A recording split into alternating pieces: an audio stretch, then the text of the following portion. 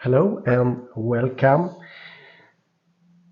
So yesterday I talked about the quote from Shakespeare, "The world is mine oyster," and I compared it to the sword in the stone.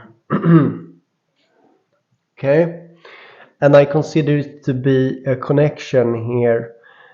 Both ideas come from the same origin. Like, imagine yourself, what is this entities called? What did we call it? Egregore, right? Egregores. But in this case, something really important, a message in reality itself. I believe this is very important. I believe the quote, the world is mine oyster, is very important. And what I said was that the first image, something that maybe some of you didn't understand, the first image, or the only image of Earth, photograph, there is one single photograph of Earth, as I understand, and that is called Blue Marble. The photograph has got the name Blue Marble, and that's why I said like I did. But then I also remember, yeah, and there is this quote about Jesus is not coming with peace but a sword, and I believe that this is the sword that is in relation to these quotes. And you can also see it in alchemy, where someone with a sword is hitting it towards the egg. The egg is the alchemical egg, the philosopher's stone. One way of seeing the philosopher's stone is as an egg, because it grows from within. And eggs are made, the shell of the egg at least is made from calcium carbonate, of course. And there is something called an egg stone, and an egg stone is a limestone also. You can find that if you search for egg stone. I think it's called oolite, just like Oolite. Oolite is this torch brand which is lighting. You see, it's a play here with the name of this brand, this popular light flashlight brand. Oolite is the stone oolite, and oolite is an egg stone, which is limestone. You can find it at the beach. I actually have one in front of me here. I have an oolite stone that I found. I like to pick stones when I am at the beach. I like to pick, at least look for stones, and I have an egg stone here in front of me, a real egg stone, you know. But why am I doing this video? Well, not first of all, but partly this, that the sword is again here in relation to alchemy and the philosopher's stone, and it's the idea that when you turn inward and you focus on turning inward, and that's it, the outward world will mirror that, according to alchemy, according to the hermetic principles, as within so without, you know. And that's why, and in my opinion, that's why we have this famous quote, "The world is mine oyster."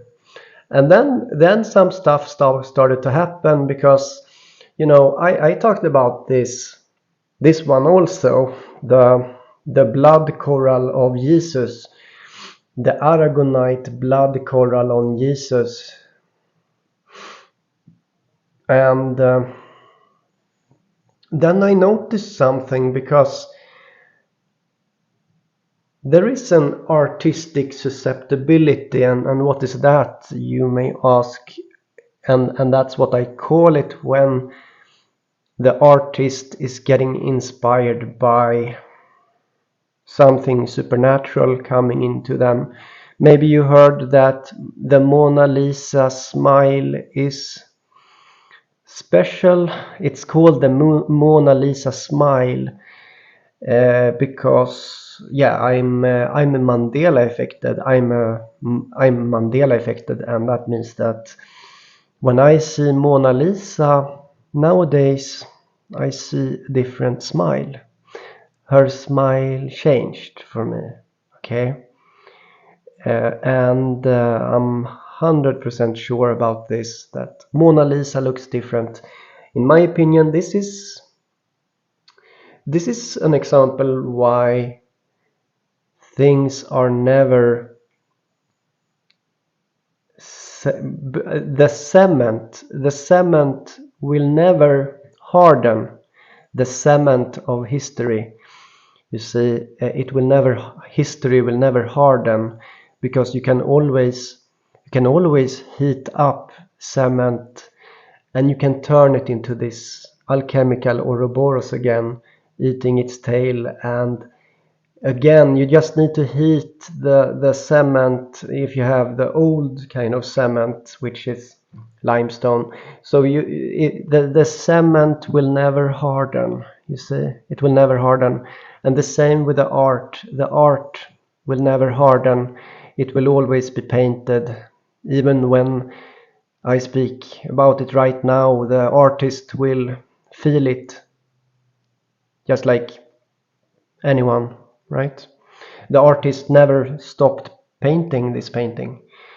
And so that means that the same painting will also have this this shell here with the pearl. You see, it just needs to be there. I noticed today that it's newest update of the painting, and I don't see this is not AI to me, guys. This is fractal reality.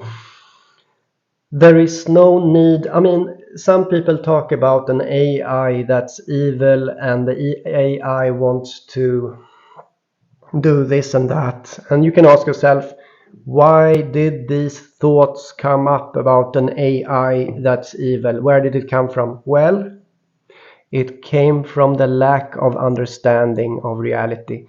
If you assume that you live in a simulation, first of all, it's a very short step to just consider it to be something that's evil, that's doing things. But when you instead start from another axiom or definition of reality, which is that it's a fractal, there is no need to have an evil AI doing things. You see, you don't need to create a devil. Okay, that's the worst thing about humanity, that we need something to blame. We need someone to blame all the time. There is no need for that, because there is a fractal reality that I've been saying for so long, and that means that it simply is what it is. And and some people would like to paint it into something more than it is, and say that it's an AI. I strongly disagree. I strongly disagree. Instead there is a fractal, and that's the nature of fractal. You see, it's a bit unintuitive, so it becomes a bit magical. And this magical effect, you would like to blame it on something, like you would like to find a cause, and you call it AI. I don't. Okay, this is just fractal reality. I talked about this, and I consider that I talked about it in the same in a way that's truthful. I believe that I understood the intent of the blood coral painted by the artist, and so it wants to connect it together with this philosopher's stone, which is also the pearl, and so the artist will also integrate this pearl of the oyster. You see, it's there, and then of course I have nothing against the mirror effect of reality. We are connected somehow, so I have this people that are I have a few people that are susceptible without even knowing me, and here's one of them, Manly Badass Hero. Many of his last videos has been about my subjects. We are connected, this guy and me, or yeah, he's affected by what I say, and so he doesn't know about it, and that's okay. It's okay. But you can see here. So here's Uncanny. First of all, that I have linked to him many times because it's always like this. He always makes videos about what I do, right? It's all the time. It's the dolphin. It never ends. He's extremely connected to me somehow. So you can see the blood coral here. Here's the blood coral, and what was it? Yeah, the oyster. The world is your oyster, and I have the little world pearl, the pearl of the world, and he has it also in. So his two last videos is about. So you can see the pearl of the world there, but you can also see the blood coral. It's amazing. Okay. And what the coolest of everything is that he doesn't even watch my videos. You see, it goes in another way, some kind of communication. We don't even have to interact. But yeah. So to be honest, regarding this artistic susceptibility, I had it with others. I consider that I had it with some really famous artists. Let me try to figure out who it was. Was it like the bee, you know? I have to find it. Tiger bee thing. Who was it? Yeah, here. I'll just find it because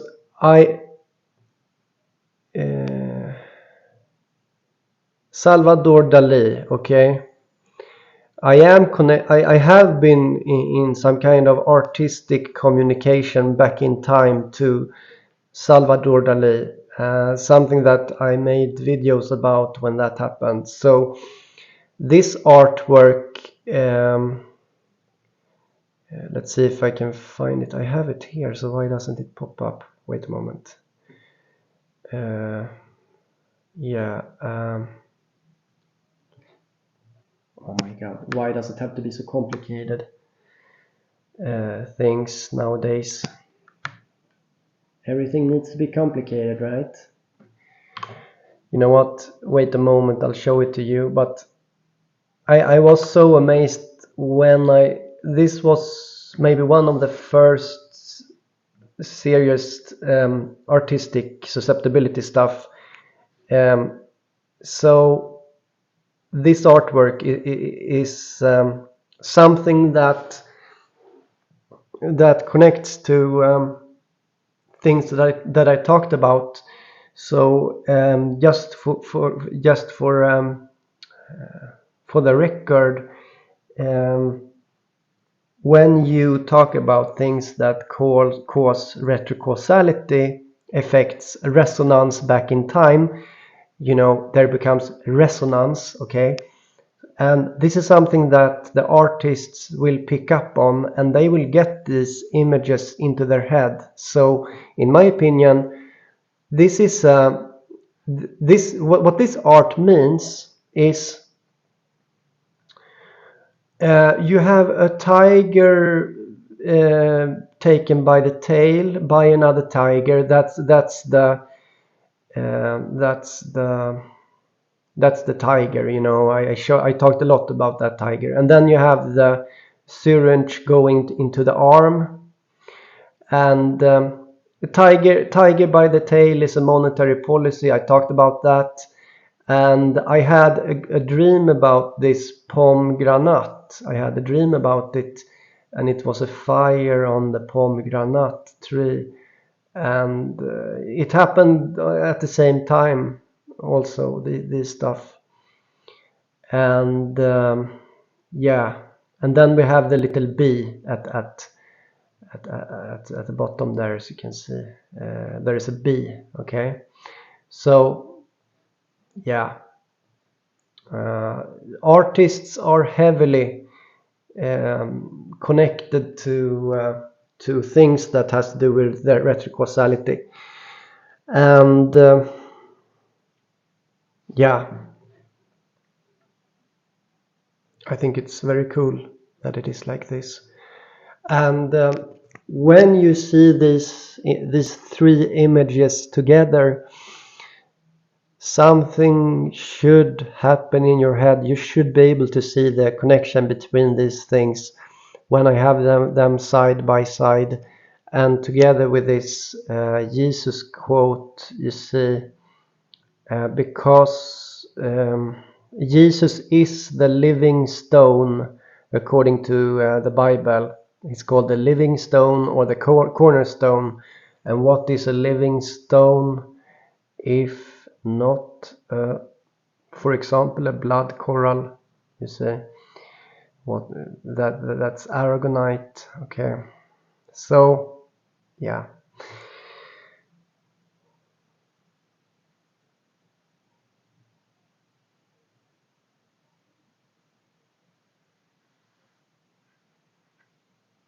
My problem that I have is that somehow people don't understand what I present. I think that I'm having more likes on my videos than YouTube is showing. For example, there is yeah, it's really strange. It's like what I'm saying is not visible to the viewer. It's like it feels a bit sometimes like I cannot reach you. I cannot reach you, you see. And maybe that's why the alchemical work has been so encrypted.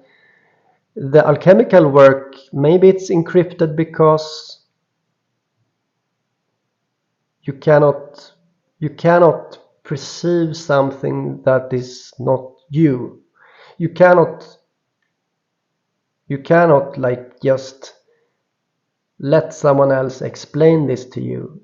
It's you have to know it yourself, and you have to have it in you, and unless you have it in you, you cannot perceive what I'm saying, I think. So that's a theory, okay? A theory of why yeah, why it is like it is. Okay, quick video, 19 minutes. Oh, that's not quick. Let's end here. Okay, bye.